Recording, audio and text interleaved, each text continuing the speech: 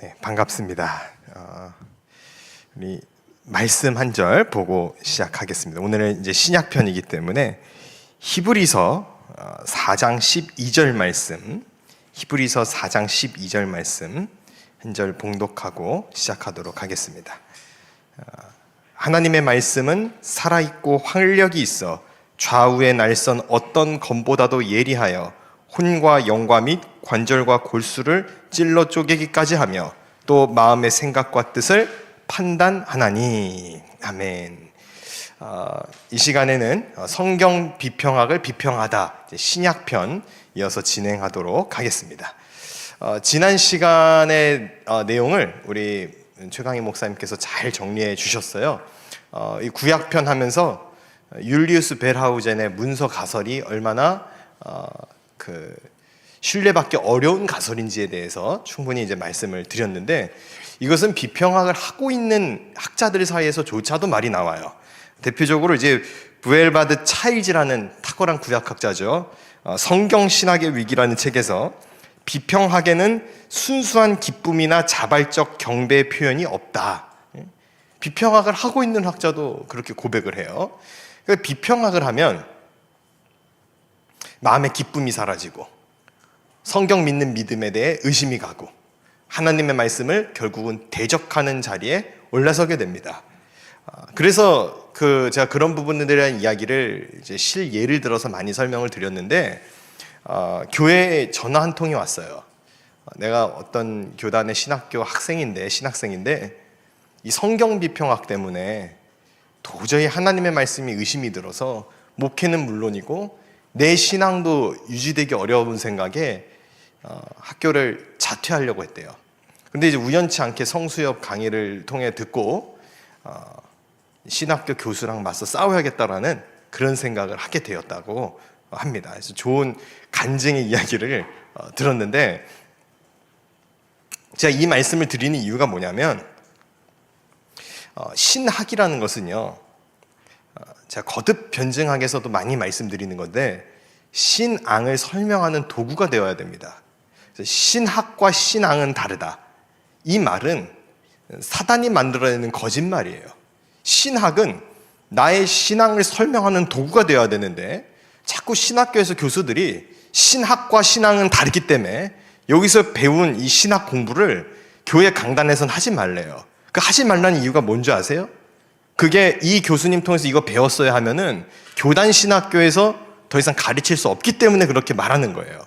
이런 신학과 신앙은 절대 달라서는 안 됩니다. 신학은 반드시 나의 신앙을 설명할 수 있는 도구가 되어야 돼요. 이 자유주의 신학자들의 근본주의적 태도가 있어요.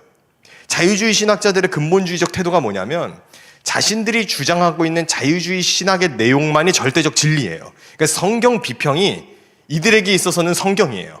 그러니까 성경 비평을 비평한다라고 하니까 자신들의 성경이 마치 침해받는 것처럼, 우리가 예수님의 그 존귀하신 이름에 모욕당하면 화가 나는 것처럼 그들이 화를 내요. 그러다가 이제 지금 성수협의 수많은 강좌에 탁월한 학자들과 목사님들이 포진해 있지 않습니까? 그러니까 이제는 어떻게 자세를 바꾸냐? 피해자 코스프레를 해요. 이 교회가 우리를 단합한다. 우리는 유학 가서 학문을 제대로 공부하고 왔는데 지식이 부족하고 학식이 부족한 교인들이 무식해서 우리를 탄압한다. 이런 식으로 학생들을 호도합니다. 사기치는 겁니다. 그러면 안 됩니다. 성도들이 왜 무식합니까? 그들도 다 석박사예요. 자기 분야에 있어서. 그리고 이 성수협이 그걸 증명합니다. 앞서 탁월한 학자들이 성경 비평학 잘못됐다고 다 강의해놨어요. 다 이미 강의가 있습니다. 저만 그런 얘기하는 게 아니잖아요. 그럼 회개하고 돌이켜야지. 왜 우리가 피해받는다? 자기네들 때문에 피해받아서 정신과 약 먹고 있는 그런 신학생들은 뭐가 됩니까?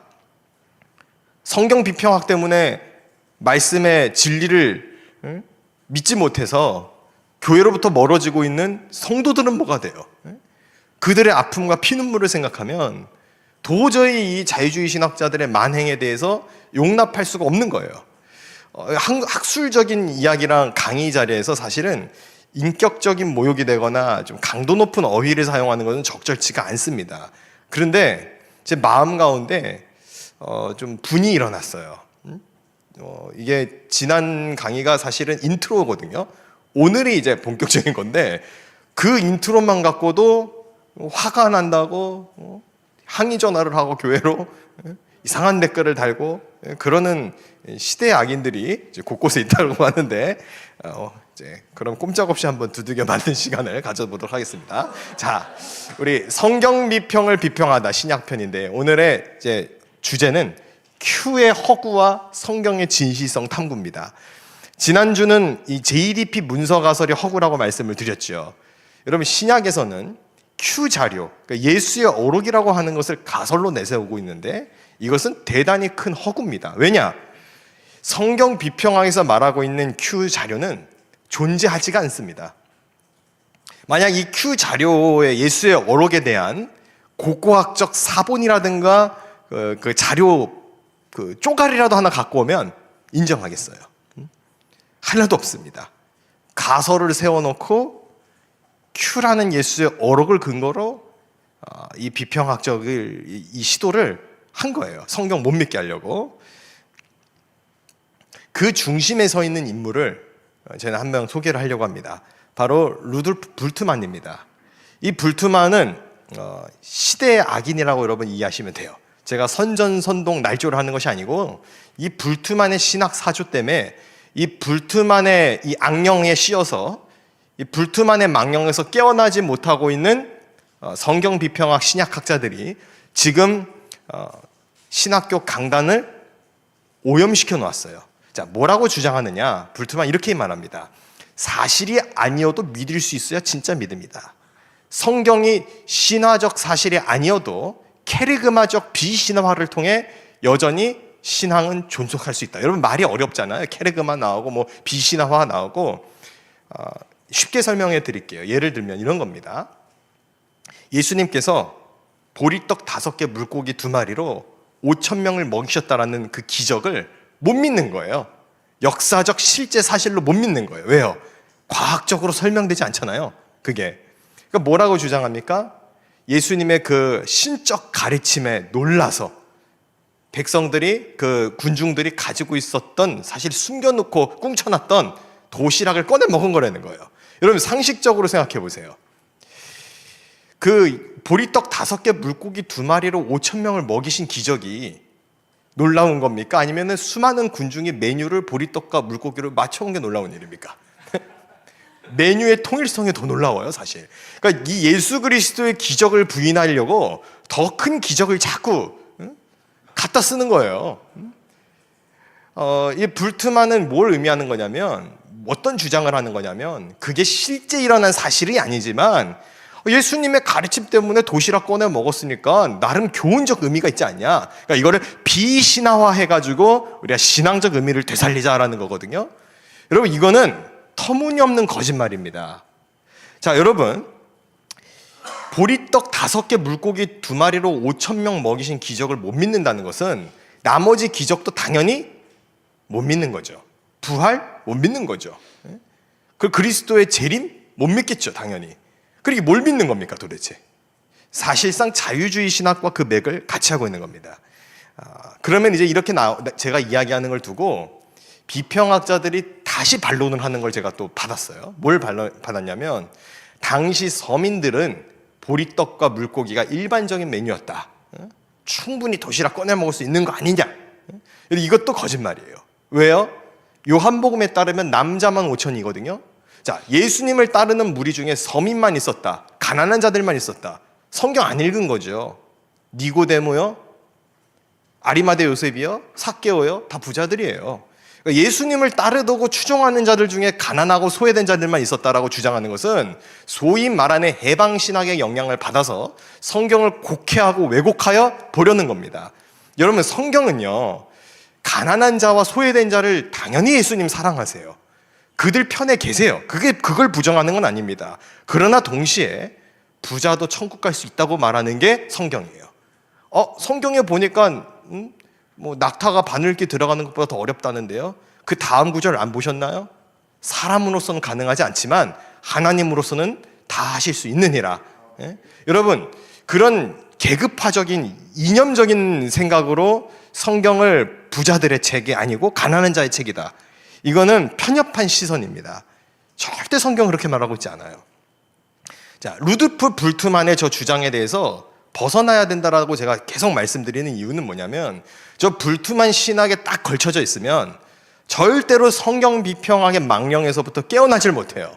그러니까 이 신약학에서 성경 비평을 벗어나기 위해서는 반드시 저 불트만이라는 학자를 넘어가야 되는데, 사실 넘을 수 있습니다. 자, 우리 도널드 내쉬라는 이제 초대교회의 역사에 대한 걸 다루고 있는 학자죠. 초대교회는 뭐라고 말합니까? 사실이기 때문에 믿었다는 거예요.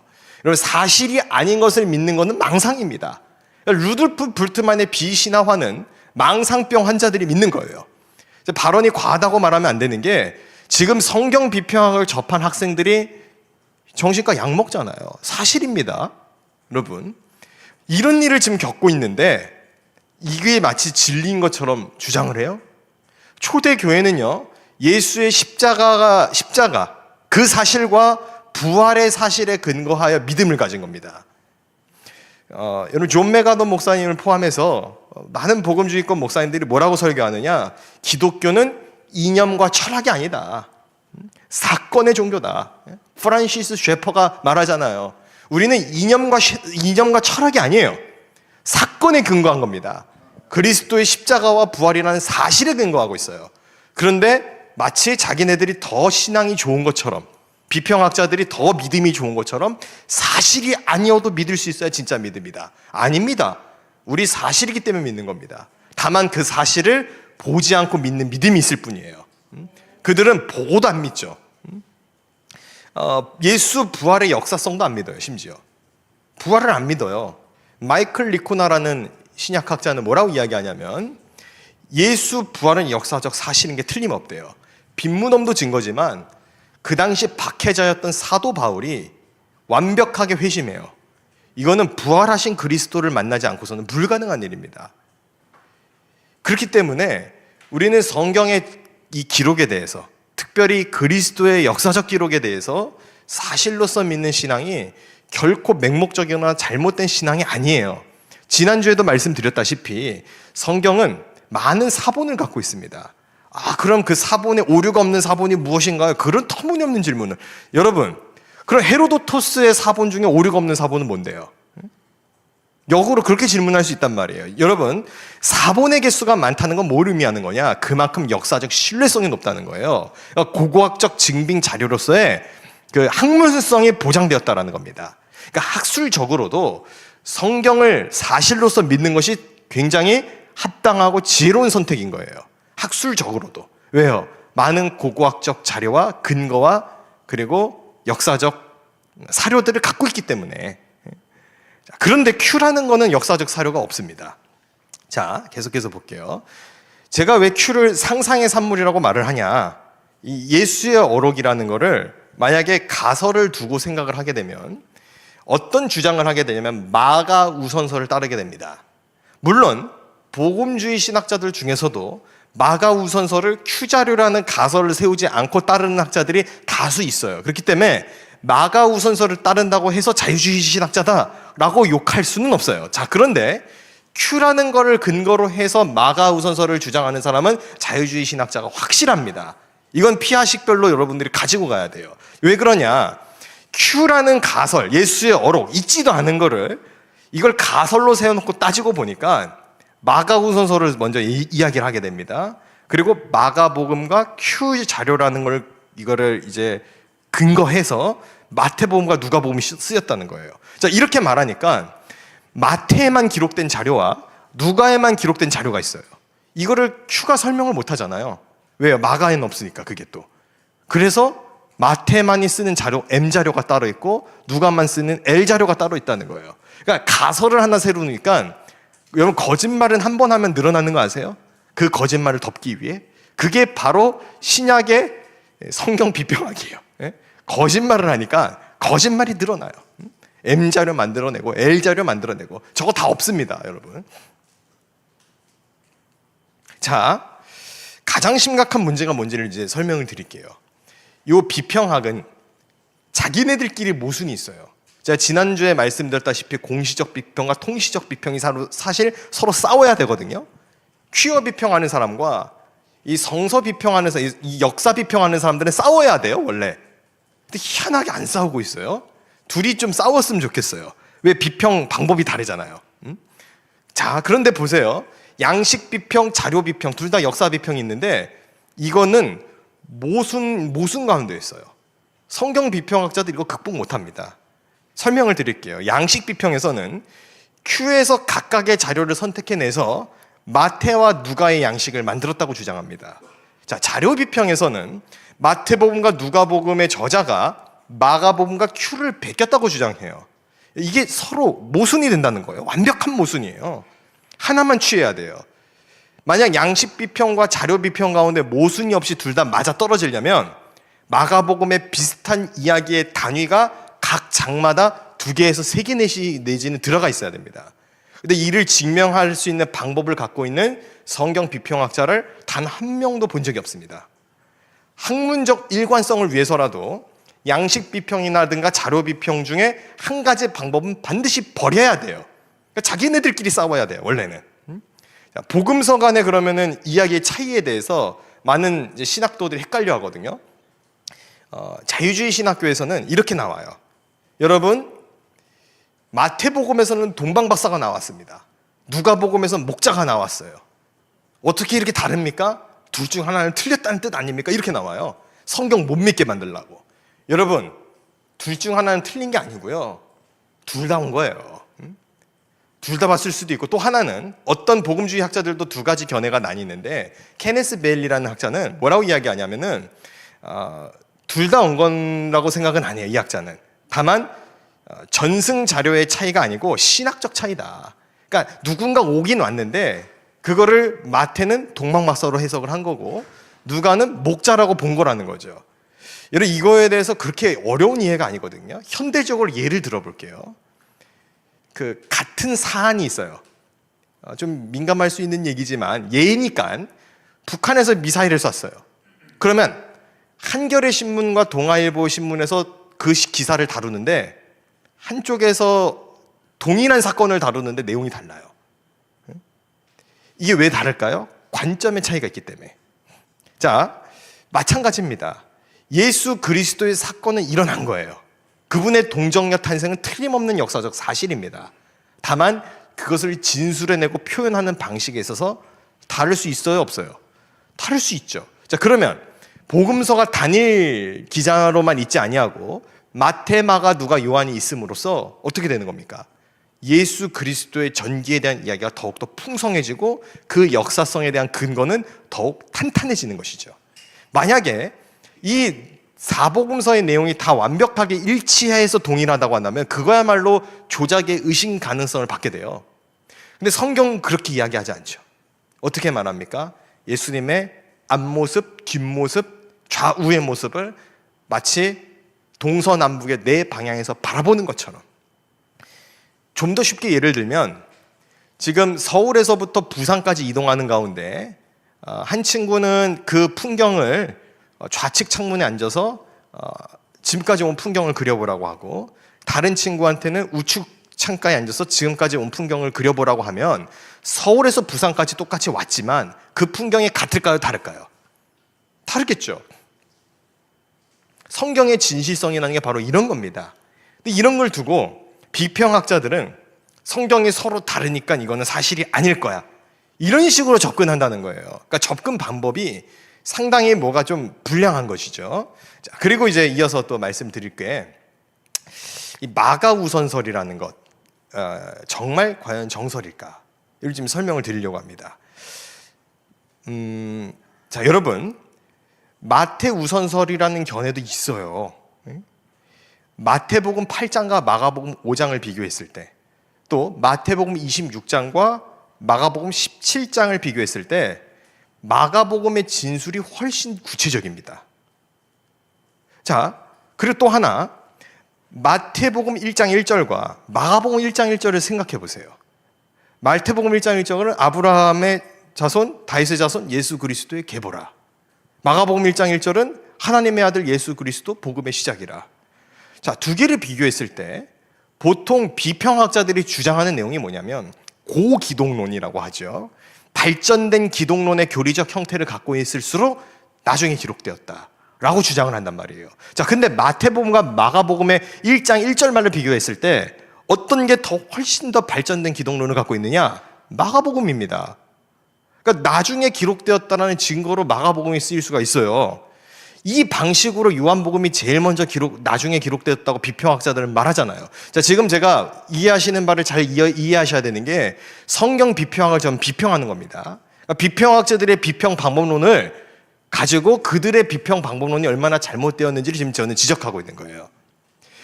고기독론이라는 것 자체도 사실 상정하고 인정하지 않을 수 있습니다. 충분히 학계에서 논의가 돼요. 그러나 비평학자들의 견해를 받은다고 칩시다. 근데 그거대로 따졌을 때 마가우스설이 안 맞는 거예요. 자, 그럼 양식 비평과 자료 비평 어떻게 되는 겁니까? 틀렸다는 거죠. 틀렸다는 겁니다. 자, 그리고 더군다나 마태는 예수님의 제자예요. 물론 비평학자들은 예수님의 제자가 기록하지 않았을 것이다 이렇게 주장할 겁니다. 그러나 마태가 예수님의 제자로서 기록되었다는 것을 복음적이고 신실한 성도님들은 의심하지 않아요. 자, 그러면 제자가 먼저 쓰죠, 당연히. 더군다나 마태 우선설이라는 것은 큐 가설 없이도 교부들의 증언과 학자들의 추론으로 충분히 입증이 가능합니다. 자, 마태와 마가가 같은 내용을 기술할 당시에 항상 마태가 더 짧게 기술해요. 이렇게 얘기하면 마태가 마가 내용 요약한 거 아니야? 이렇게 주장한단 말이에요. 또 그럼 큐가 있을 필요가 더 없죠. 큐를 뭐하러 갖다 넣어요? 마태 거 요약할 거면. 그러니까 마가 우선설에 대해서만 우리가 그 정답이 아니라는 거예요. 학계에는 그리스 바흐 가설이라는 게 있습니다. 이거는 마태 우선설을 주장하는 학자들의 내용인데, 물론 여러분 신약 학계에서 마가 우선설이 압도적 지지를 받는 것은 사실이에요. 자, 그렇지만 압도적 지지를 받더라 하더라도 마가 우선설을 주장하는 학자들조차도, 복음적인 학자들조차도, 또 자유주의 계열의 신학학자들조차도 그리스 바흐 견해에 대해서, 이 그리스 바흐 가설에 대해서, 다시 말해서 마태 우선설에 대한 근거와 자료에 대해서 논의를 하고 들어갑니다. 자, 지금부터 제가 드리는 말씀은 어떤 내용이냐면, 한국의 성경 비평학을 주장하는 학자들은 공정하지 않아요. 자, 여러분, 비평학을 주장하더라도 나는 비평학 주장해, 난 자유주의 신학자야, 그런데 복음주의에선 이렇게 가르쳐 라고 균형 있게 가르쳐야 되는 겁니다. 학문이라면은. 왜요? 학자들은 균형이 있어야 돼, 다양한 학술의 이론을 배워야 돼 라고 주장하거든요. 근데 자유주의 신학자들은 근본주의적 태도를 갖고 있어요. 근본주의적 태도. 내 것만 옳다는 거예요. 이런 근본주의적 태도를 가지려면 그게 신앙이어야만 가능합니다. 신앙적인 걸로, 가치로, 신념으로 믿을 때만 그런 태도를 지닐 수 있어요. 그러니까 우리가 성수협에서 성경을 1.1획도 틀리면 하나님의 말씀으로서 전제하고 믿겠다는 태도를 갖는 건 문제되지 않아요. 왜? 우리는 그런 정체성으로 출발했으니까. 자, 그런데 자유주의 신학자들이 늘 말하는 게 뭡니까? 학문의 자율성이에요. 학문의 자율성 속에서 왜 자유주의 1색으로만 이야기하냐 이거예요. 왜 마가우선설만 정답인 것처럼 가르치냐 이거예요. 학생들에게 공정하게 가르쳐야죠. 마태우선설의 견해도 이렇게 있는데 너희들이 기도하고 공부하고 연구해서 판단해봐라. 오케이, 이러면 인정하겠어요. 근데 지금 현대 자유주의 신학교에서 그렇게 가르치는 학교가 없습니다. 제가 다 청강 가봤어요. 괜히 하는 소리가 아니에요. 국내에 있는 신학교에 거의 내노라 하는 신학교 다 청강 다녀보고 지금 드리는 말씀이에요. 그렇게 안 가르치더라고요. 설명 없어요. 그냥 복음서 중에 제일 먼저 기록된 건 마가복음이에요. 답안지에 그렇게 쓰세요. 이거예요. 그 학문적 폭력이죠. 학문적 폭력을 저질러 놓고 어떻게 피해자인 것처럼 자기네들이 성경 문자적으로 믿는 사람들에 의해 우리가 핍박받는다, 학문이 설 자리가 없다. 웃기는 소리죠. 학문을 제대로 하지 않았잖아요. 지금 자유주의 신학자들이 지금 공격받으면서 기분 나빠하는 포인트가 바로 그 부분이에요. 이들은 사람의 영혼을 회심시키지도 못하고 교회 부흥에도 이바지하지 못해요. 말씀에도 능력이 없어요. 그래서 유일하게 자기네들이 가지고 가는 장점으로 밀어붙이는 게 학문성이거든요. 근데 그 학문성이 없다라는 걸 제가 폭로하니까 그게 그렇게 기분이 나쁜가 봐요. 정직해지자고요. 그 학문 아니잖아요. 응? 하나만이 주장이라고 올곧게 주장하는 건 학문 아니라면서요. 자유주의자들이 그렇게 주장하잖아요. 성경만이 문자적 진리라고 믿는 건 학문 아니야, 자기네들이 그렇게 주장했거든요. 비평학자들이.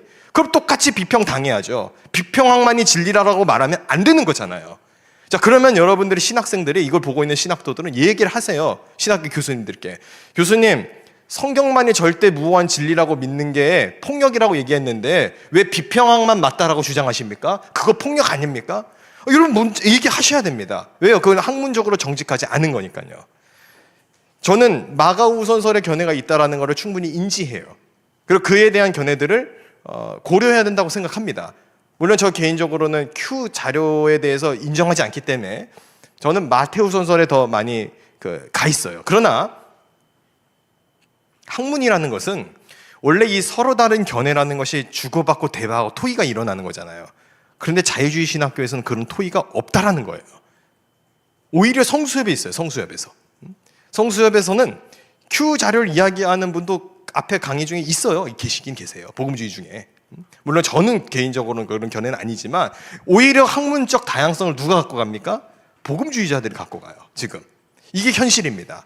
그들은 루돌프 불트만의 반기를 들거나 동의하지 않는다 그러면은 파문시키고 따돌리고 괴롭히고 그게 어떻게 학문하는 태도입니까?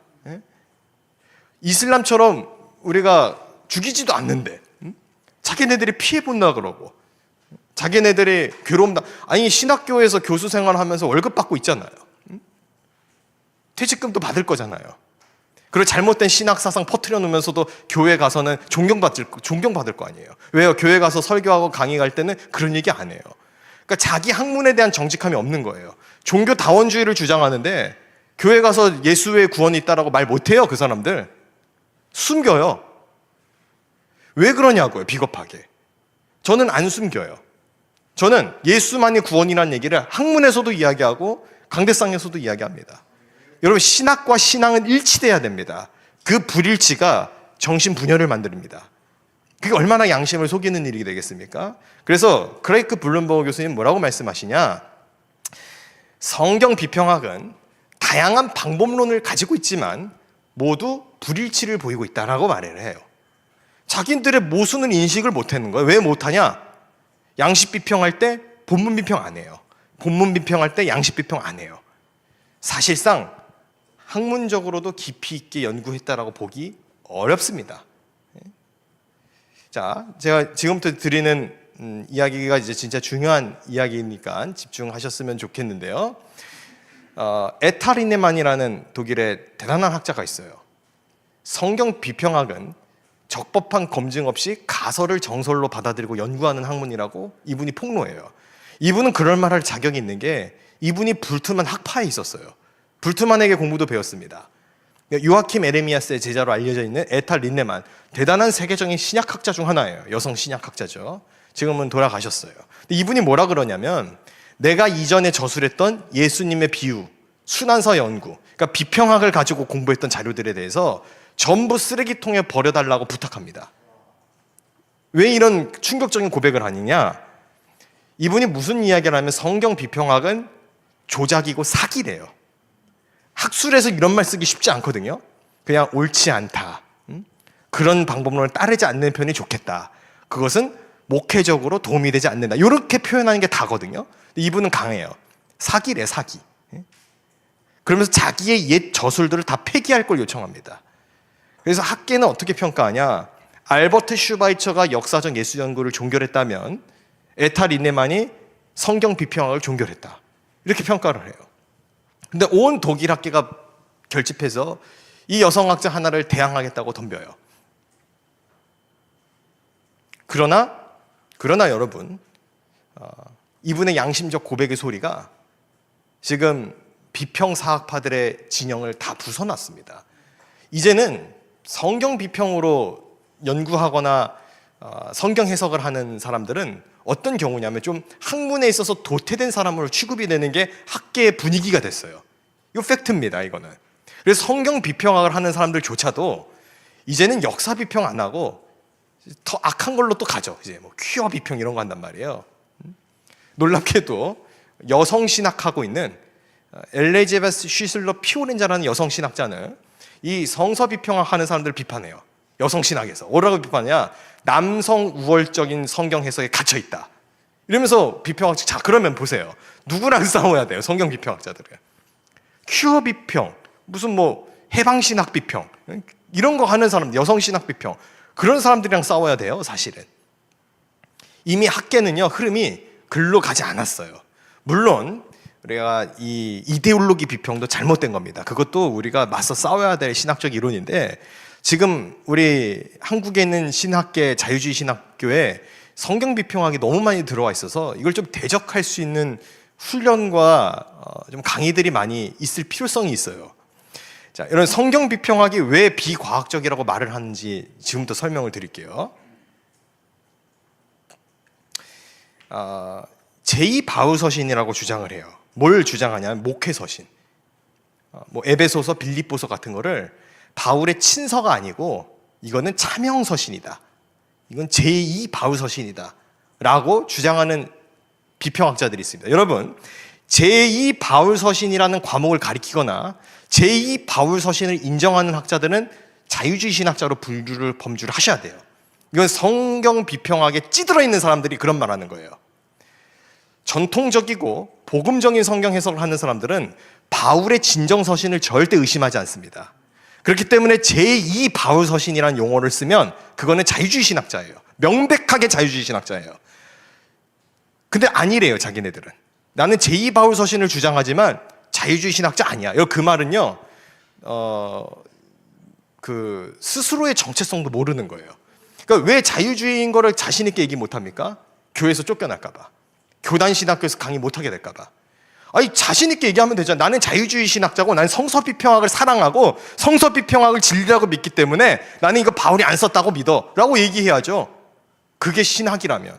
우리는 우리의 신학을 그렇게 말하거든요. 예수만이 구원자고 그분의 십자가와 부활은 역사적 사실이고 우리는 신학적 자신감이 있기 때문에 나의 신앙을 소개하는 일에 있어서 조금도 물러섬이 없습니다. 그런데 역사 비평학을 이야기하는 자유주의 신학자들은 부끄러워해요. 자기의 학문에 대해서 정직하지 않아요. 자유주의 신학을 하고 있고 제2바울서신을 이야기하는데 왜 그게 복음주의예요? 복음주의 학자들 중에 누가 바울의 진정서신을 의심합니까? 학문적으로 이상해지는 거예요. 기괴해지는 것이죠. 자, 여러분, 제2바울서신이라고 이야기하는 게 말이 안 맞는 이유가 요거 PPT 자료 설명하기 전에 먼저 한번 상식적으로 한번 생각해 봅시다. 비평학자들이 주장할 때에 따르면 에베소서 골로새서의 기록 시기를 AD 70년에서부터 90년경에 기록한 걸로 봐요. 자, 그러면 이때 그래 바울을 대신해서 누가 거짓말로 내지는 바울의 이름을 빌려서 기록했다고 치자고요. 근데 그게 가능한 일이냐고 과연. 왜요? AD 70년에서 90년경에는 사도 요한이 눈뜨고 살아있습니다. 예배소에서 심우하고 있어요. 그런데 익명의 저자가 바울의 이름을 받아서 기록했다? 그게 가능할 것 같아요? 사도가 살아있는데? 불가능한 얘기예요. 그러니까 이게 상식적으로 자기네들이 주장해 놓고선도 이건 바울의 차명서신일 거야. 7개 서신을 잘라서 분류했는데 앞뒤가 안 맞는 거죠. 그러니까 나중에 뭐라고 이야기합니까? 요한계시록도 사도 요한이 기록한 게 아닐 것이야. 거짓말을 한번 하면 어떻게 된다? 거짓말이 드러난다. 예? 그러니까 요한복음도 요한이 저자가 아니래요. 그걸 뭐 믿는 거예요 도대체? 왜 믿어요 그러면? 사도들이 기록한 것도 아닌데. 이게 정경으로 확립될 때는 우리가 성경을 정경으로 확립될 때는 사도성으로 근거로 정경성을 확립합니다. 그걸로 이미 초대 교회가 정경화 작업을 해놓은 거예요. 근데 그걸 부정해요? 그러니까 도마보험 같은 엉뚱한 소리 하면서 그거대로 역사적 예수 연구해야 된다라고 거짓말 같은 주장을 하고 있는 것이죠. 왜 제2바울서신이 아니라고 제가 주장하느냐? 자, 보세요. 에타리네만이라는 학자가 이걸 분석해놨어요. 이거는 샘플 중 하나입니다, 여러분. 이게 이 도표가 몇십 페이지 있어요. 자, 하나만 갖고 온 거예요, 그냥. 자, 골로새서 볼게요. 골로새서. 하팍스 레고메나의 비율인데요. 하팍스 레고메나가 뭔지 또 설명을 잠깐 드리면 이거는 신약 성경에 단 한 번만 일회적으로 사용된 독특한 단어를 의미해요. 즉, 이 단어 표현이 많아질수록 문체가 독특하다라고 평가를 합니다. 문체가 독특할수록 진짜 저자일까를 의심한다는 거예요. 비평학자들의 방법대로면. 자, 그런데 이 하팍스 레고메나의 비율, 신약 성경에서 단 한 번만 사용되는 어휘의 표현을 뜻하는 이 말인데요. 이 비율의 여부를 봤더니 제2바울서신, 그러니까 바울이 안 썼을 것이다라고 주장했던 그 제2바울서신의 골로새서의 퍼센테이지가 하팍스 레고메나 퍼센트에 몇 퍼센트로 나옵니까? 8.8%예요. 근데 바울의 진정서신으로 단 한 명도 의심하는 학자가 없는 자유주의 신학자들조차도 바울의 진정 서신을 의심 안 하는 로마서 하팍스 레고메나의 비율이 12.38%입니다. 자, 그러면 비평학자들의 논리대로면 문체의 독특성을 갖고 저자를 의심해야 된다고 치면 골로새서가 아니라 로마서를 의심해야죠. 로마서가 바울이 안 썼다라고 주장해야 될 거 아니에요. 근데 그렇게 주장 안 해요. 자유주의 신학자들조차도. 그러니까 로마서는 바울이 쓴 걸 차마 의심을 못 하겠으니까 전제 두고 나머지를 의심해보겠다라고 들이밀었는데 순서가 이상해지는 거죠. 아니, 자유주의 신학을 제대로 할 거, 비평학을 제대로 할 거면 로마서 의심하라고요. 로마서는 바울이 안 썼다라고 주장하시라고요. 근데 그렇게 안 하잖아요. 그리고 놓고서 목회 서신 잘라내가지고 이건 바울이 안 썼다. 이건 학생들한테 거짓말하는 겁니다. 공정하게 가르쳐야 될 거 아니에요. 학문을 하는 자리에 섰으면. 학위 받고 학교 강대상에서, 그것도 교단 신학교에서 가르치면서, 교단 신학교가 아니고 동아리면 제가 이해를 하겠어요. 자기네들끼리 모여있는 자유주의 신학 학술회에서 얘기하는 거면은 우리도 그냥 콧방귀 켜고 넘어갈 거예요. 그런데 왜 교단 신학교에서 그걸 가르칩니까? 왜 그걸 바울이 쓰지 않았다라고 이야기하면서 제2바울서신이라는 과목명으로 어떻게 세미나를 엽니까? 그 성도들이 한번 알아봐요. 신학교 부담금을 교회가 납부할 것 같으세요? 교회가 그 신학교가 존재할 수 있을 것 같냐고요. 제2바울서신이 뭔지 모르니까 성도님들이 설마 바울이 쓴 진정서신을 의심하겠나.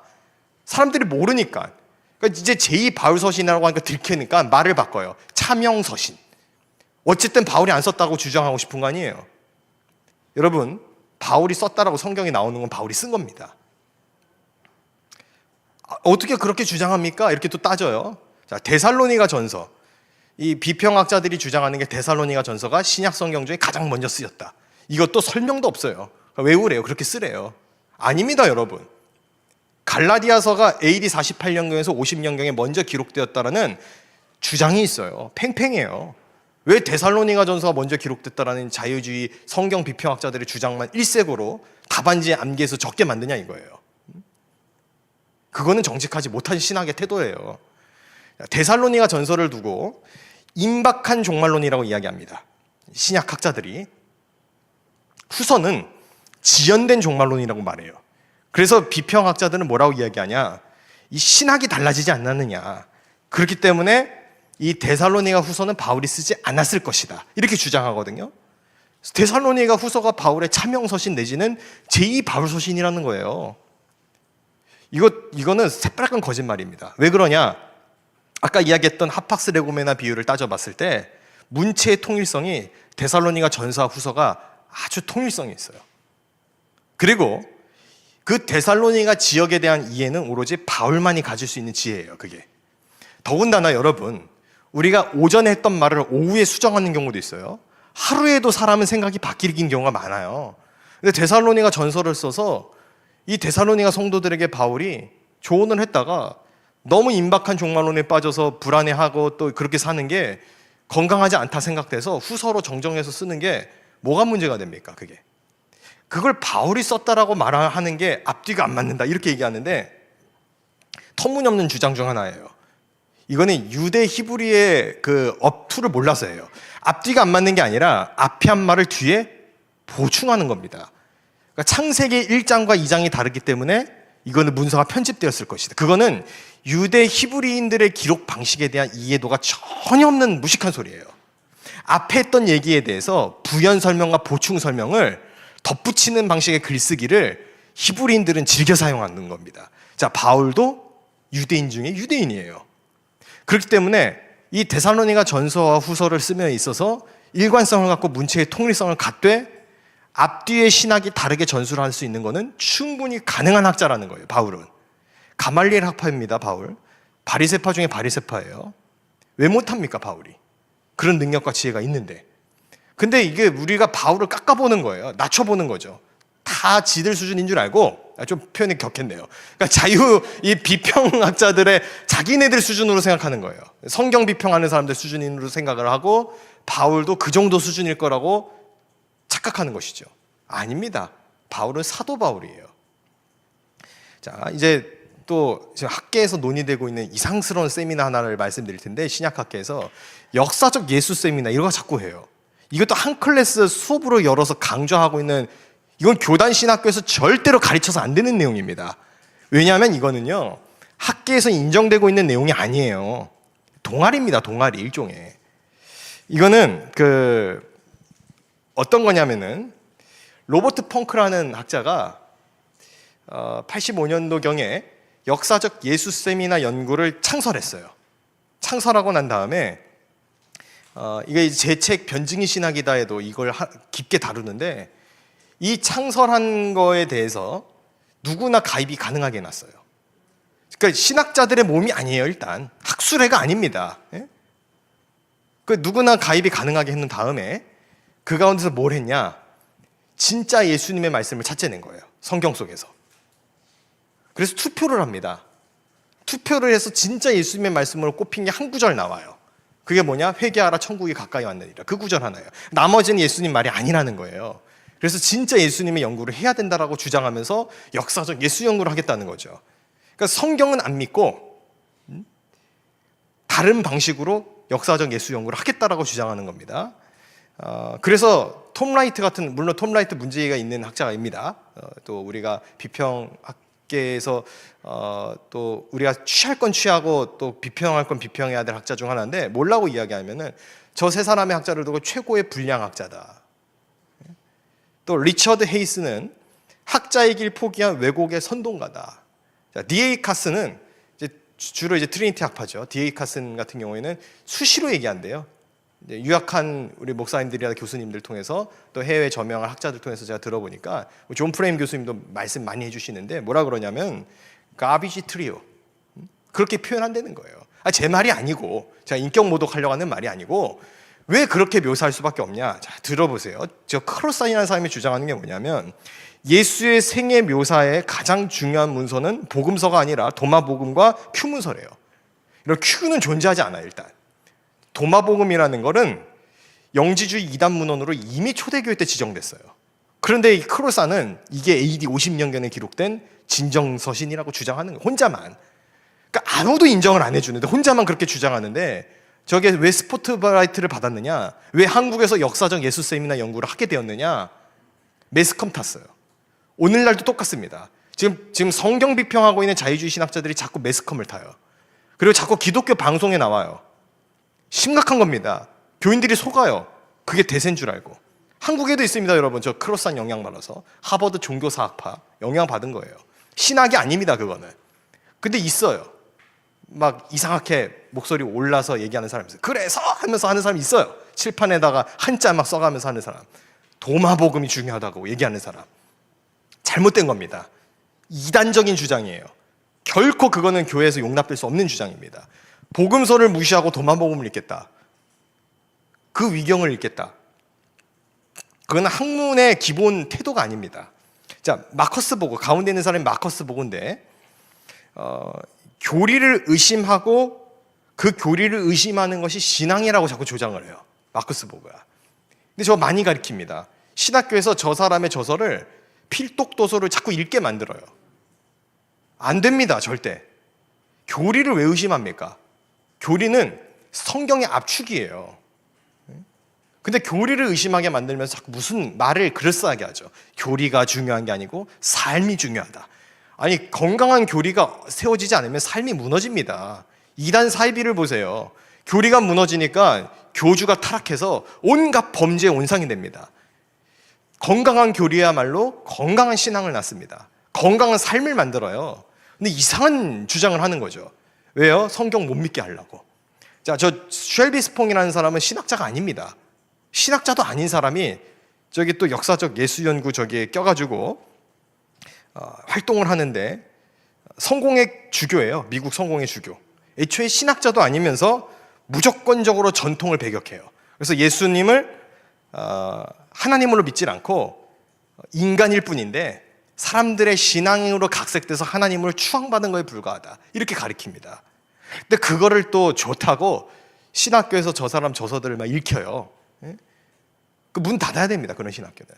교회를 살려내지 못하고 잘못된, 그러니까 성경 비평학으로 시작이 되니까 나중에 어떻게까지 가는 겁니까?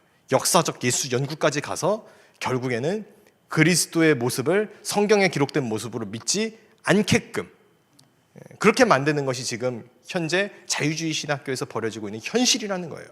통탄할 노릇이에요, 저는. 아니, 어떻게 그렇게 학문을 비겁하게 하냐 이거예요. 자, 그래서 복음서에 기록된 예수님의 모습이 가장 역사적이다라고 성경학자들은 말하는 겁니다. 레리 허터더라는 학자가 뭐라고 이야기하냐?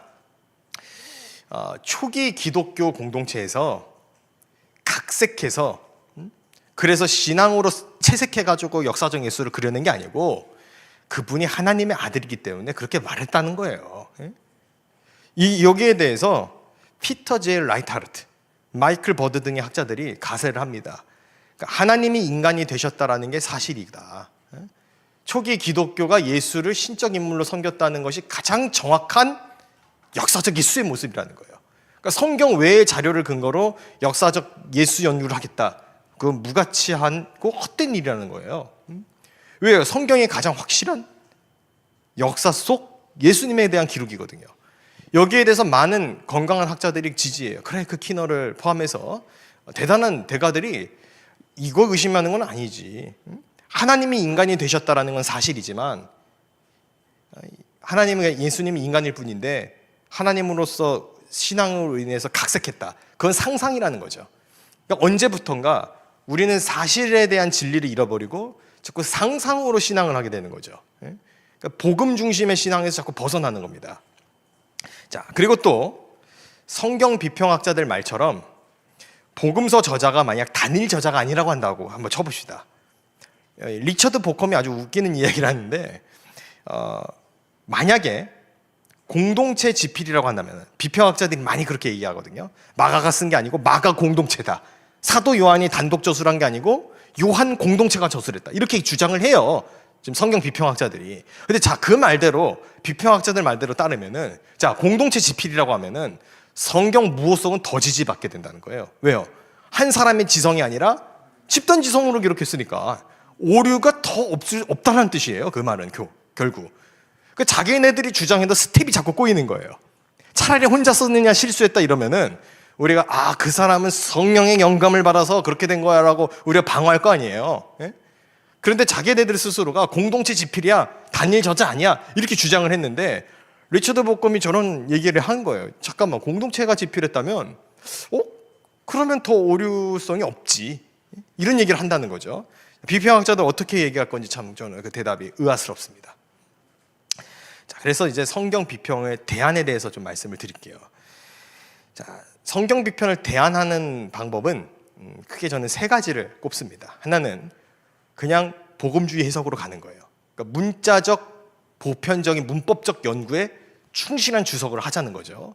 이렇게 하면 또 맹목적으로 믿는다 어쩌다 이러는데 좋아요. 그런 공격해도 좋은데 복음주의자들의 성경 해석해서 나온 설교보다 더 많은 영혼 구원하면은 오케이, 인정하겠다는 거예요. 로이드 존스와 스펄전의 설교의 해석이 저렇거든요. 그들보다 더 많은 영혼 구원해요? 자유주의 학자들이 많은 영혼 파괴하기나 했죠. 영혼들로 하여금 성경으로부터, 교회로부터 떠나가게 만들었죠.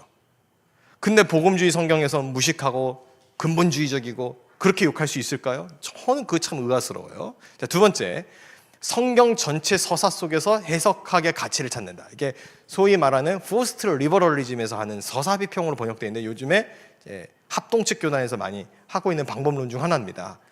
물론 저 방법론도 비평학자들의 방법론이 오염되어 있는 여지들이 전 있다고 생각해서 완벽하게 동의하진 않아요. 그러나 적어도 지금 일색으로 이야기하고 있는 성경 비평학자들의 이제는 루돌프 불트만의 망상은 깨어져야 돼요. 그 학계에서 받아들여지는 내용이 아닙니다. 자, 세 번째로 통시적 공시적 비평을 넘어서서 하나님 나의 구속의 드라마, 이게 이제 케빈 베누저라는 학자가 이야기하는 해석학이거든요. 하나님의 드라마 해서 그러니까 구속자적 해석을 하자는 거예요. 성경 어떤 본문에서든지 예수 그리스도의 십자가의 이야기를 찾자는 거죠. 이 얘기를 가장 싫어하는 게 바로 성경 비평학자들입니다. 구약은 구약으로만 봐야지 왜 구약에서 예수님 얘기를 자꾸 찾아? 라고 말하는 사람은 성경 비평학자예요. 그 사람 성경 비평학자입니다. 그러니까 여러분, 피하 식별을 하시면 돼요. 논리가 너무 이렇게 첨예하고 무슨 내용이 이렇게 많아 헷갈리시면 이제 몇 가지만 적으세요. 제2 바울 서신 얘기하면 자유주의 신학자, 성경 비평학자. 이거 예수님 얘기를 구약에서는 하지 말자라고 말하는 사람은 자유주의 신학자, 성경 비평학자. 그 정도만 체크가 돼도 많이 걸러집니다. 그 정도만 돼도 피하 식별하는 데 있어서 우리 성도님들은 그렇게 구분하시고 신학생들은 암기하셔서 이 불투만의 망령으로부터 깨어나게끔 맞서 싸우는 그 전투에 참여할 수 있게 되시기를 주님의 이름으로 간절히 부탁을 드립니다. 자, 그래서 제가 마지막으로 좀 설명을 드리고 싶은 내용이 뭐냐면 성경이 66권이잖아요. 그런데 진실되게 우리가 보면 사실은 한 권이에요. 놀랍지 않습니까? 66권이에요. 1600여 년 동안 40여 명의 저자가 각기 다른 시대에 기록했는데 마치 단일한 책처럼 나와요. 예수 그리스도를 향하여 질주하고 있어요. 이게 하나님의 말씀이 아닌 것은 뭡니까? 이런 말씀을 앞에 두고 감히 비평학이라는 그 세속적인 학문적 방법론을 들이밀어서 정경을 해체하는 시도를 해요. 이건 굉장히 신앙을 위협하는 일입니다. 그런데 신앙만 위협하는 걸로 끝나는 게 아니고 제가 거듭 강조드리는 건 뭐냐, 학술적으로도 가치가 없는 행동을 하고 있는 거예요. 사실 학문으로도 인정받으면 안 되는 내용이에요. 그러니까 그들은 신앙을 파괴하지만 학술적인 거 학문적으로는 이거 해야 돼라고 자꾸 얘기하고 싶어 하거든요. 아, 그래도 학술 얘기하는데 비평학은 해야지, 이렇게 이야기하고 싶어 해요. 저는 단호하게 선포하고 싶습니다. 이제는 학문의 세계에서도 추방시켜야 돼요. 왜요? 비평학은 학문이 아니기 때문에. 그건 신념입니다. 그건 신념. 예수님의 가르침에 감동받아 도시락을 싸들고 왔을 거라는 믿음이에요. 그냥 몰래 포도주를 숨겼을 거라는 믿음이에요. 그냥 성경대로 못 믿겠으니까 다른 믿음을 얘기하는 거죠. 예수님이 부활한 게 아니고 잠깐 기절해 있을 거라고 믿는 믿음이에요. 집단적 착시 현상이 일어난 거에 불과할 거라는 믿음이에요. 아니, 어떻게 집단적 착시 현상이 동일한 현상일 수 있냐고요. 더 큰 기적입니다. 그거는 부활의 목격을 동시적으로 했어요. 근데 그게 집단 착시 현상이다? 집단적으로 착시 현상이 일어날 수가 있긴 있어요. 그런데 집단적 착시 현상이 일어날 때는 그 착시 현상의 경험이 제각각 다 달라요. 근데 동일한 그 착시 현상 경험을 했다는 거는 그건 더 큰 기적이에요. 부활을 믿지 않겠다고 더 큰 기적의 거리들을 자꾸 만들어내요. 어떻게 십자가에 못 박히고 그 돌무덤 가운데 들어갔는데 기절했을 수 있습니까? 기절했다 일어나가지고 그 큰 무거운 돌을 3일 동안 안 먹고 있다가 나와가지고 그걸 들이밀고 나와서 로마 군사 병정들을 탁탁 쓰러뜨려 놓고 나와요? 그게 더 큰 기적이죠. 아니, 그렇게 주장하고 싶으면은 십자가에 못 박힌 다음에 옆구리에 창 찔린 다음에 살아있나 한번 보자고 한 거예요. 그 비평학자들 본인들을 그렇게 한번 해보자 그러면은 무서워서 도망갈 거 아닙니까? 왜요? 살아있을 수 없어요. 그렇게 되면 주님은 죽으셨어요. 3일 동안, 그리고 3일 후에 부활하셨습니다. 이게 성경의 공통된 진술이에요. 근데 이거를 믿지 않고 싶어서 거부하고 싶어가지고, 근데 요즘에는 이제 부활을 믿지 않는다 그러면은 교인들이 막 화를 내니까 이제 믿는다 그래요. 근데 믿는다라는 말을 여러분 속으시면 안 됩니다. 성경 비평학자들은 거짓말에 능해요. 뭐라고 이야기하냐? 의미론적으로 믿는다. 그냥 그 고백을 믿는다. 그러면서 역사적 사실로서 믿는 것은 조금, 그거는 좀 학술을 하는 태도는 아닐 거야 라고 이야기를. 자, 그렇게 따지면 이 성수협에 지금 56회 강좌에 오면서까지 참여했던 그런 수많은 학위를 가진 권위자들의 그 강연은 뭐가 되고 학자들은 뭐가 되는 건가요? 이거는 체제 전쟁이고 전쟁이에요. 거의. 이건 학문적인 토의를 이루어지지 않잖아요. 그러니까 원하면은 학술회장을 열어서 토론하자. 교인들도 모시고, 성도들이 이제 보면 놀라겠지만 모셔서 하자 그러면 안 할 거잖아요. 왜요? 학생들한테 이거는 여러분들만 알고 있고 교회 가서 말하지 마. 왜 교회 가서 말하지 못할 학문을 가르칩니까? 신학교에서, 교단 신학교에서. 그것도 교회 가서 써먹을 수 있는 걸 가르쳐야 될 거 아니에요. 그러니까 신학생들이 어떻게 분별하면 좋냐? 내가 쓴 레포트를 교회 신학의 교회 강대상에 올라가서 설교로 했을 때 성도들이 은혜 받을 수 있냐 없냐를 갖고 보면 돼요. 레포트를 썼는데 그거를 성도들 앞에서 설교를 하기 어렵다. 그건 가짜 신학입니다. 그런 신학은 빨리 폐기해야 돼요. 이제는 이 성경 비평학이 선교학에까지 침투했어요. 선교학도 타락시켰어요. 무슨 뭐 포괄적 선교를 한다 그러고 뭐 배려하는 타문화 존중 선교한다면서 종교 다원주의를 해요. 그거는 이단적 사상입니다. 예수 말고 구원이 없다라고 말하는 게 선교지, 선교사들이 선교지 가가지고 그 이맘 앞에서 꾸란 배우고 있고 이슬람 문화 배우고 있고 힌두 문화 배우고 있는 건 그 선교 아닙니다. 선교를 당하러 간 거예요? 응? 선교하러 간 거지. 그럼 이제 또 공격적 선교하고 배타적 선교한다. 그럼 그 말씀 듣고 변화돼서 예수 믿는 사람들은요? 왜 자꾸 배타적 그렇게 우리를 프레임을 씌웁니까? 그거 잘못된 공격 아닙니까? 예수 믿어야 구원받습니다. 이게 어떻게 배타적이에요? 남자든 여자든 어린이든 아이든 누구든지 믿기만 하면 구원을 주시는 예수 그리스도의 은혜가 어디 배타성이 있습니까? 그 예수님을 배타하고 있는 것이죠. 자기들이 배타하고 있는 거예요. 성경 비평학자들이. 그러니까 여러분 뭐가 중요하냐면은 그 비행기에서 불이 나요. 탈출구가 하나밖에 없어요. 여러분 빨리 탈출하셔야 됩니다. 그래야 삽니다. 그걸 어떻게 친절하게 말합니까? 불이야 나와 이래야 될 거 아니에요. 긴급해요. 그런데 왜 배타적으로 친절하지 않게 말하냐요. 친절하게 말할까요? 저기 여기 입구가 하나밖에 없네. 다 불타고 있거든요. 좀 일어나셔서 나와주실 수 있으실까요? 이러면은 긴박함이 있어요, 여러분. 그 예수 믿고 구원 받겠냐고요. 지금 시급함이 없는 거예요. 그러니까 영혼 사랑하지 않는 거예요. 그러니까 기독교 문화 홍보대사들이 돼가지고 그러니까 기독교 이미지가 좋게 만들어지기만 혈안되어 있고 진짜 십자가의 진리에 대해서 뚜렷하게 전하려는 그 복음의 열정이 점점 사라진 거예요. 왜 그러냐? 바로 성경 비평학의 그 원인이 있다고 저는 분석합니다. 왜요? 이것 때문에 비평학 때문에 성경의 절대적 권위로부터 멀어져요. 그러니까 비평학을 받아들이지 않고 잘 방어했어도 성경을 해치하는 연습을 하니까 그 잔존에서 남아있거든요. 그러니까 성경을 경건하게 대하지 않기 시작해요. 왜 성도님들이 교회 오는데 성경책 안 들고 옵니까? 아마 핸드폰에 다 있어요. 핸드폰 키는 순간 딴 거 보잖아요. 그래서 성경 비평학 하는 사람들은 그런 성도들에게 어떻게 가르침을 줄 수 있겠습니까? 하나님 말씀을 경외하지 않는 사람들에게. 자기도 경외하지 않고 못 믿는데. 지금 한 실예를 말씀드리는 걸 이제 마무리를 하려고 하는데 실제로 경험된 이야기예요. 교회 학교 사역에서 신학생이 주일학교 이제 그 담당 부서 파트 교역자가 된 거예요. 전도사님이 되셨는데 이 신학교에서 성경 비평학에 들어오니까 그거에 취해서 이게 진리구나라고 확신이 들기 시작하니까 이제 주일학교 아이들한테 실제입니다. 어떻게 했냐면 그 아이들 보는 앞에서 노아의 홍수 사건은 다 거짓말이고 뻥이야 라고 말을 하면서 성경책을 찢는 퍼포먼스를 보인 거예요. 자, 그런데 그 교회 학부모들은 하나님 말씀이라고 하면 밤에 자기 전에 아이들한테 성경 읽어주고 주의 말씀대로 살아야 돼 이렇게 가르치는데 교회 가서 성경 비평학 접한 사역자가 애들 보는 앞에서 성경을 찢는 퍼포먼스를 보였어요.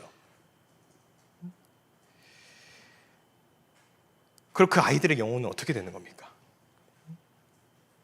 이게 지금 굉장히 심각한 게 신학생 병이에요. 제가 전 시간에도 말씀드렸지만 성경 비평학이 진리인 줄 착각하고 내가 이제 빨간 약 먹고 깨달았다라고 착각을 하는 거예요. 아, 성경은 절대적 무한 진리가 아니고 오류투성의 잘못된 책인데 내가 여태 비평학이라는 이 세계를 몰라서 잘못 알고 있었구나. 내가 이제 비평학을 알았으니 교회에 이걸 가르쳐야지. 그게 독약이에요, 그게. 그러면서 자기를 신학교에 보내주었던 그 성도들을 배반하고 부모님을 배반합니다. 그분들은 우리 전도사님이 신학교 가서 좋은 주의 종이 돼서 하나님 영광 돌려야지 생각해서 장학금 들이대고 매일 새벽마다 기도하는데 그분의 신앙을 무시하는 거예요. 무식하다 그러고 문자적으로 믿는 근본주의라 그러면서 자기는 스스로 우월한 줄 착각하는 거죠. 지금 신학교 강단에 그러고 있는 사람들 많습니다. 근데 그들이 회개해야 됩니다. 왜요? 그들은 성도들의 기도와 성도들의 물질과 성도들의 헌신 때문에 신학교에 유학할 수 있었고 신학 공부할 수 있었던 사람들이에요. 그런데 감히 그들의 물질과 그들의 헌신으로 신학을 공부하고 난 다음에 교회를 파괴하는 일에 앞장을 서요? 그리고 내가 학문적으로 우월하다고요?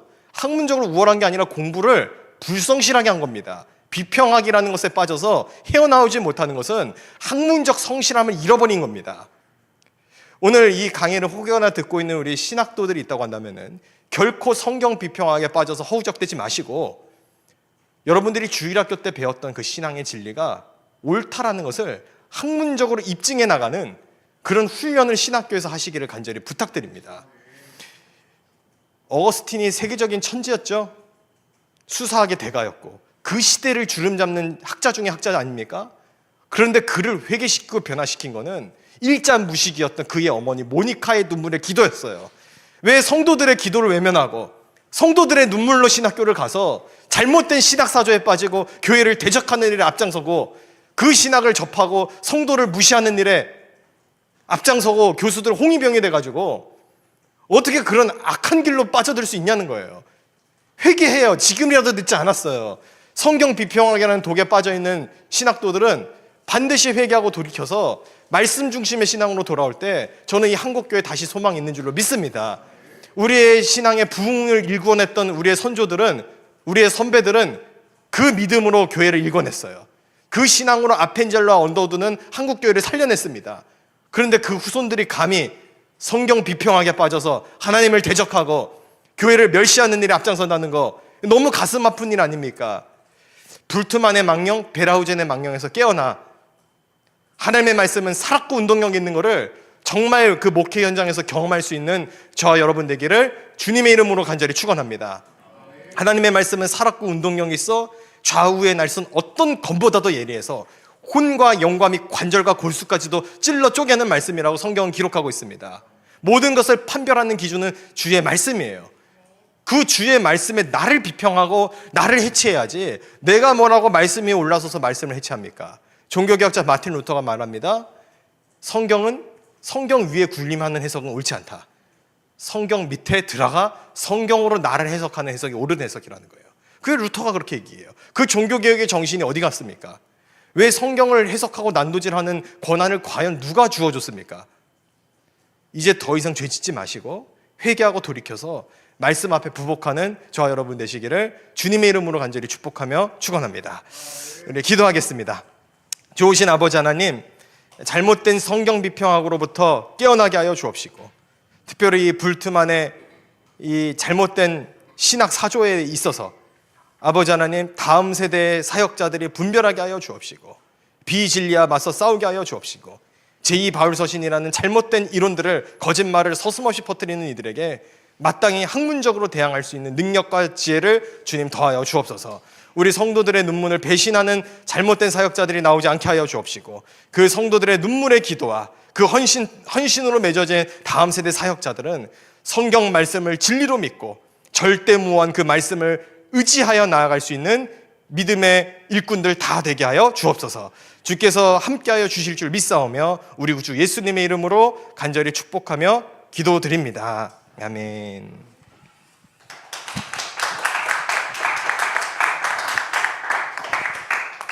네, 우리 김요한 박사님 지난주 이어서 오늘 또 구약편, 신약편, 성경 비평학을 비평하다. 지난주에는 이사야 40장 8절 말씀을 읽고 오늘은 히브리서 4장 12절 읽고 시작하셨는데 성경 말씀 읽고 그 말씀이 말하고 있는 사실을 강력히 말하는 거 뭐예요? 설교죠. 강의인데 또한 강조할 뿐 아니라 우리의 마음을 뜨겁게 해주는 부흥회였습니다. 성령님께서 우리 김요한 박사님과 함께 하십니다. 이제 성령님께서 귀하게 사용하셨고 앞으로도 귀하게 사용하시게 될 우리 김요한 박사님을 우리가 크게 한번 격려하며 감사하며 한 번 더 박수해 주시면 좋겠습니다. 네, 정말 감사합니다. 제가 이 강의를 들으면서 생각나는 사건이 있었어요. 1985년 40년이나 지났습니다. 제가 종신 대학을 다니다가 또 군대 갔다 와서 고등부 교사를 잠깐 하고 있었어요. 복학하기 전에. 근데 그 당시 공과책 이 다루고 있는 부분이 되면 이사야서였는데 거기에 평생 처음 듣는 깜짝 놀랄 말이 있는 거예요. 이사야서가 1 이사야서, 2 이사야서, 3 이사야서가 있다. 그래서 제가 너무 어이가 없어서 고등부 담당 전도사님에게 항의를 했습니다. 영남신학교를 다니던 전도사님인데 이런 거를 나 못 가르친다 그랬더니 아주 태연하게 에이 전도사님, 저는 아직 신학생인데 그분이 전도사님이라고 약간 업해서 불러줬는데 전도사님 신학과 신앙은 다른 거잖아요. 이렇게 태연하게 말하는 거예요. 그런 게 어딨냐고 벌벌 뛰는데, 우리 김요한 박사님 강의를 좀 미리 들었으면 무슨 소리냐, 신학은 신앙을 설명하는 도구가 돼야지 어떻게 다룰 수가 있냐 이렇게 받아쳤어야 되는데, 그때 제가 그 준비가 안 되는데 우리 김요한 박사님이 귀한 말씀 해주셔서 굉장히 감사합니다. 큐 문서 큐라는 말이 독일어로 퀘레, 그 자료라는 뜻인데 그 없는 거잖아요. 그래서 없는 것을 근거로 이야기를 하고 있고, 불투만이 사실이 아니어도 믿을 수 있어야 진짜 믿음이다. 이게 무슨 망발입니까? 오히려 도널드 내시가 말한 사실이 아닌 것을 믿으면 망상이다. 길에 지나가는 사람 아무나 붙들고 갑자기, 자 여러분, 당신은 사실이 아니어도 믿는 게 진짜예요, 사실이 믿는 그 믿음 망상이란 말이 진짜예요 물으면 100명이면 100명 다 무슨 소리 하고 있냐, 사실한 걸 왜 믿니? 라고 할 텐데, 그걸 학문이라고, 목사이면서 교수이면서 박사이면서 무슨 학장 총장이면서 그 거짓말을 평생하는 그 사람들은 사실 따지고 보면 굉장히 불쌍한 사람들이죠. 그 신학을 배운 전도사가 교회에서 성경절 찢는 퍼포먼스를 한 사람, 참 큰일 날 사람인데, 근데 이렇게 생각하면 어떡해요? 사실 그 사람은 정직한 사람이죠. 신학과 신앙이 다르다고 주장하는 사람이 제대로 된 사람이에요? 찢는 사람이 제대로 된 사람이에요? 찢는 그 사람이 진짜잖아. 자기 믿는 대로 행동하니까. 믿는 대로 행동 안 하거든. 이게 정신이 장난이죠. 예전에 들었던 이야기가 기억납니다. 교회 갔더니 이 성경은 하나님 말씀 아니라 그러니까 그 성도가 집에 와서 면도칼로 쫙 찢어버리고, 또 이 성경 하나님 말씀 아니라 하니까 쫙 잘라버리고, 한참 하다 보니까 나중에 성경 안에 내용이하고 껍데기 가죽만 남았어. 이거 껍데기를 내가 왜 들고 다니냐, 그래서 껍데기 덮어버리고 그 성도는 떠나버렸어. 교회는 가죽만 남았더라, 이런 말이 생각이 나는데, 이 사람들 아마 정신병 안 걸리는 것이 참 신기한 사람들입니다. 오늘 에타 린넨만처럼 자기가 그걸 믿을 때는 열심히 책도 쓰고 열심히 가르쳤다가 정신을 차리고 이게 전부 쓰레기입니다, 쓰레기통에 쳐넣으세요 라고 말하는 이런 사람들이 우리 감신, 한신 등등, 또 요즘 감신, 한신 말고도 이런 거짓말장이 사기꾼 학자가 자꾸 늘고 있다는데 굉장히 큰일입니다. 이성진 교수님 책에 의하면 전 세계 80%가 성경 비평가를 받아들이고 있다. 80% 이 학자들이. 제발 정신 차리고 돌아오는 사람이 좀 많아지기를 바랍니다. 어쩌면 오늘 이 강의를 듣고 있는 분들 가운데 평신도들은, 아니 당연한 이야기를 왜 김요한 박사님 저렇게 핏대를 올리시나 이렇게 생각할 것 같은데, 그게 정상이죠. 너무 당연한 이야기인데 당연한 이야기를 안 당연하게 말하고 있으니까. 그래서 평신도들은 너무 당연한 이야기로 받아들이는 게 맞고요. 신학생들, 목사님들, 또 신학자들 가운데서 제발 정신 차리고, 오늘 여러분 평신도들이 이 강의 들으면서 너무 당연하다고 생각하시는 분들이 이 강의 링크를 본인이 알고 지내고 또 사랑하는 존경하는 교수들에게, 신학생들에게 링크 보내면서 이거 들어봐라, 그리고 정신 차리라, 만약 이 김요한 박사가 틀렸으면 와서 나한테 틀렸다고 한번 증명해봐라 하고 좀 보내주면 좋겠어요. 한번 싸움이 벌어지면 재밌겠죠. 왜냐하면 김요한 박사님이 지난주도 말씀이고 오늘도 말씀이고 이거 뭐라 대답할지 모르겠다, 그런데 대답할 말 없을 거예요. 대답할 말이 없이 아마 인상 쓰고 소리는 지를 수 있겠지만 논리적으로 학적으로 대답은 할 수 없습니다. 우리 오늘 정말 귀한 말씀을 많이 해주셨는데, 근데요, 이 사탄이 역사하면 맞는 말을 해도 안 믿어. 불신자에게 전도하는데 그 사람들이, 왜 사람은 희한해도 맞는 말을 하면 당신 말이 맞다 이게 아니라, 맞는 말을 하면 그래 네 잘났다고 화를 내요. 그래서 스데반에게 돌을 던져 쳐 죽인 거 아닙니까? 말이 막히니까. 그래서 중요한 것은 우리는 성수협에서 또 이 학생들을 향해서 바르게 잡고 신앙생들 바로잡는 일이 필요해요. 이번에 여기 우리 이찬영 전사도 와 계시지만, 바로잡는 일이 가장 확실한 방법 또 한 가지 알았는데, 바로 신학대학원 안에 동아리를 세우고 또 깨어있는 분, 또 잘못된 거짓 신학이라는 그 사기 때문에 의인의 심령이 상하고 있는 많은 올바르된 분들을 불러 모아서 군사를 만드는 이게 정말 좋은 방법이다는 생각을 해요. 돌멩이가 굴러다니면 돌멩이인데 돌멩이를 모아서 시멘트로 바르면 벽이 되고 성이 되고 집이 되거든요. 우리 전사님이 정말 앞서서 이런 좋은 일을 하고 계시는데 자극을 받으셔서 신학대학원마다 이런 일이 왕성하게 벌어지기를 간절히 바랍니다. 그래서 바른 말을 한다고 깨닫는 것이 아니라 성령의 은혜가 필요하고 역사가 필요하기 때문에 이 시간 우리가 함께 기도하기를 원합니다. 이미 지난 구약편 강의도 조회수가 폭발적으로 늘어나고 있습니다. 오늘 또 이 강의 역시 조회수가 더 폭발적으로 10배가 아닌 100배로 폭발적으로 늘어나기를 원하면서 기도해 주시기를 바라고, 신학대학원마다 이런 동아리가 생겨나기를 바라고, 또 이 강의를 통해서 사실 꽤나 이름 있다 유명하다 하는 어떤 한 학자가 에타린네만 같은 사람이 생겨나면 그 영향력이 굉장히 파급력이 크거든요. 그래서 좀 무명한 분보다는 굉장히 유명하다 하는 분이 이런 강의를 통해서 회개하고 깨닫고 돌아오기를 간절히 바랍니다. 이를 위해서 우리가 함께 기도하기를 원합니다.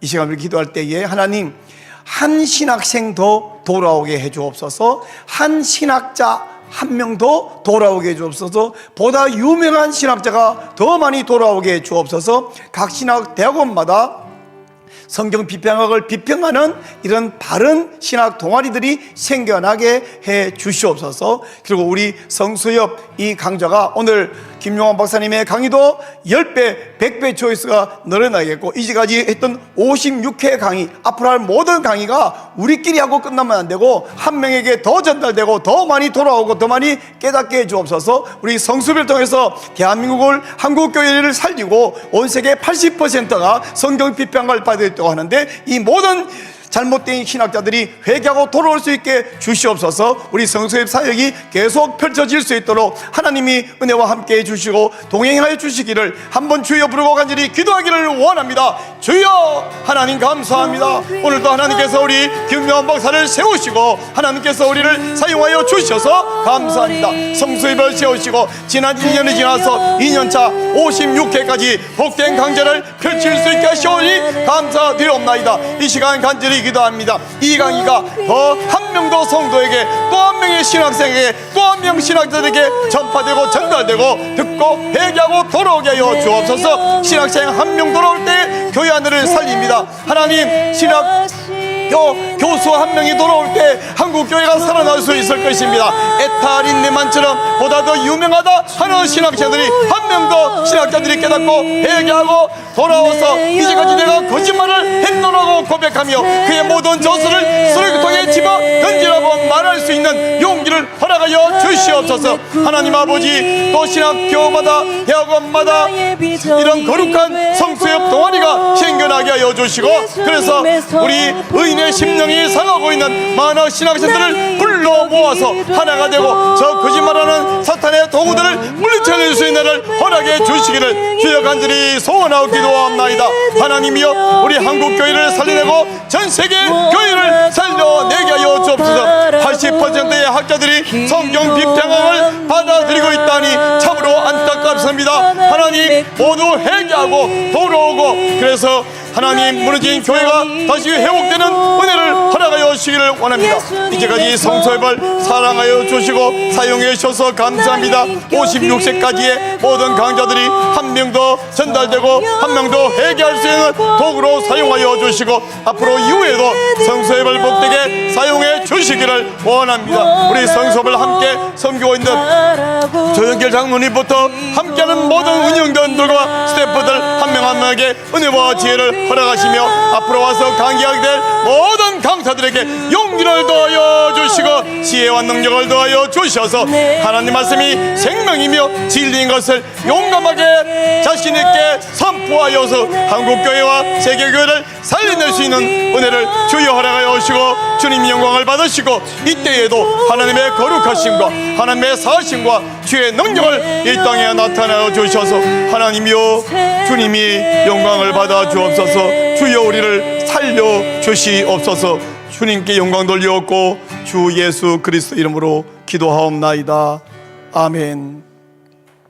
네, 감사합니다. 방금 부탁드리고 말씀드렸다시피 우리 성수엽 강의가 한 명 더 이 강의를 접하고요, 듣고 깨어나야 됩니다. 한 번 접하면 아마 다른 강의도 계속해서 듣게 될 것이고, 또 다른 분에게 야 이거 한번 들어봐라 하고 전해주고 싶을 것입니다. 그래서 우리 성수입의 이 복된 강의 영상을 공유를 해 주셔야 되는데요, 여러분, 저는 이게 전도라고 확신합니다. 예수 십자가, 부활, 천국도 전도이지만 잘못된 성경을 허무는 사상에서 돌아오는, 이건 더 큰 전도라고 저는 믿어요. 여러분, 전도합시다. 어떻게 전도하냐면 가장 쉬운 방법이 있습니다. 첫째는 오늘 이 강의 영상을 다른 분에게 카톡방이나 통해서 링크로 전해주시는 것이 하나의 방법이고요, 좀 더 확실한 방법이 있습니다. 우리 성수입 이 영상을 내려받아서 여러분이 운영하고 있는 유튜브 채널에 올려서 공유해 주시는 것입니다.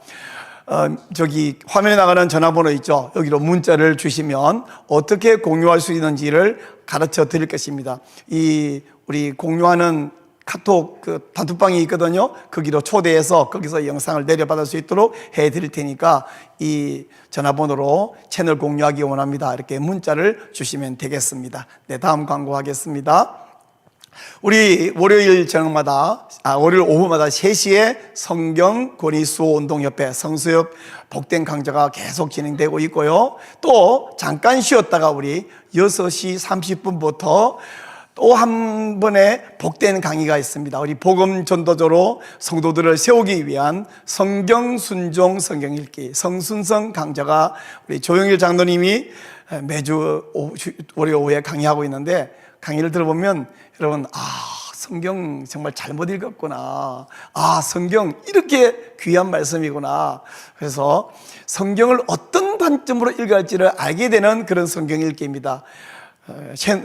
영상으로도 들어와주시고 현장에도 와주시고 하면 좋겠습니다. 그래서 성순성 강의 월요일 오후 6시 반에 꼭 참여해 주시기를 바랍니다. 네, 다음 광고 드리겠습니다. 지금 말씀드린 이 월요일 오후 3시 성수역 강의 듣고 또 6시 반 성수는 강의를 듣고 이것을 함께 나누면서 우리 다른 분이 받던 은혜들을, 또 내가 받던 은혜들을 함께 나누고 하는 또한 전도 소그룹 모임이 목요일에 있습니다. 목요일 오후 5시에 오시면 저녁을 드립니다. 그리고 함께 저녁 드시면서 이 말씀 함께 나눌 때에 굉장히 은혜가 되고 이 받은 말씀이 확장이 됩니다. 그래요, 여러분, 조금 늦어도 괜찮아요. 그래서 5시 못 오면 6시 와도 괜찮으니까 시간 되는 대로 참여해 주시기를. 장소는 여러분 우리 한시 인터밸리 지하 2층이고요. 궁금하시면 전화번호로 문의하시면 확실하게 알려드리도록 하겠습니다. 많이 동참해 주시기를 바랍니다. 네, 또 광고 드리겠습니다.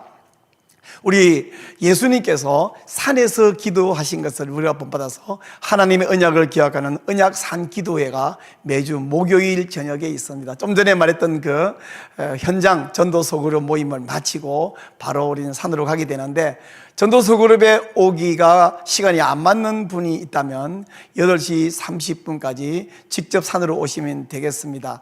청계산 기도하는 장소 원지동 539번지인데요. 역시 전화번호로 문의해 주시면 더 자세한 안내를 해드리고요. 8시 반에 모여서 각자 기도하시고 우리는 9시 40분에 함께 모여서 공동 기도 제목을 나누는데, 산에 오면요 호랑이 없습니다. 네, 꼭 오시면 너무너무 크게 은혜가 됩니다. 그리고 혹시 난 차가 없습니다 그러면 청계산 입구역에서 픽업해 드릴 수 있으니까 역시 전화번호로 문의해 주시면 안내해 드리도록 하겠습니다. 네, 다음 주 이제 강의는요, 유병헌 목사님의 전 인생을 성경의 권위 아래에 놓아라, 이런 제목으로 말씀을 또 전해 주실 것인데, 여러분 크게 기대해 주시고 그 시간에 참여해 주시고요, 참여가 어려우면 영상으로 접속해서 꼭 강의를 들어주시면 좋을 것 같습니다. 이제 오늘 강의를 말씀드리지 않아도 여러분이 공유를 하게 될 것 같고 이미 조회수도 많이 오르고 있습니다만, 그러나 사명감을 가지고 이 강의를 열심히 공유해 주시기를 한 번 더 부탁드립니다. 이제 다음 주 월요일, 오늘 6시 반에 참여해 주시고요, 또 다음 주 월요일 3시에 여러분 만나 뵙도록 하겠습니다. 좀 긴 시간이었지만 시간이 언제 간지 모를 만큼 좋은 시간이셨죠? 여러분 함께 해주셔서 여기 현장에서 또 온라인에서 동참해주신 여러분 모두에게 감사드립니다. 여러분 다음 주에 뵙겠습니다.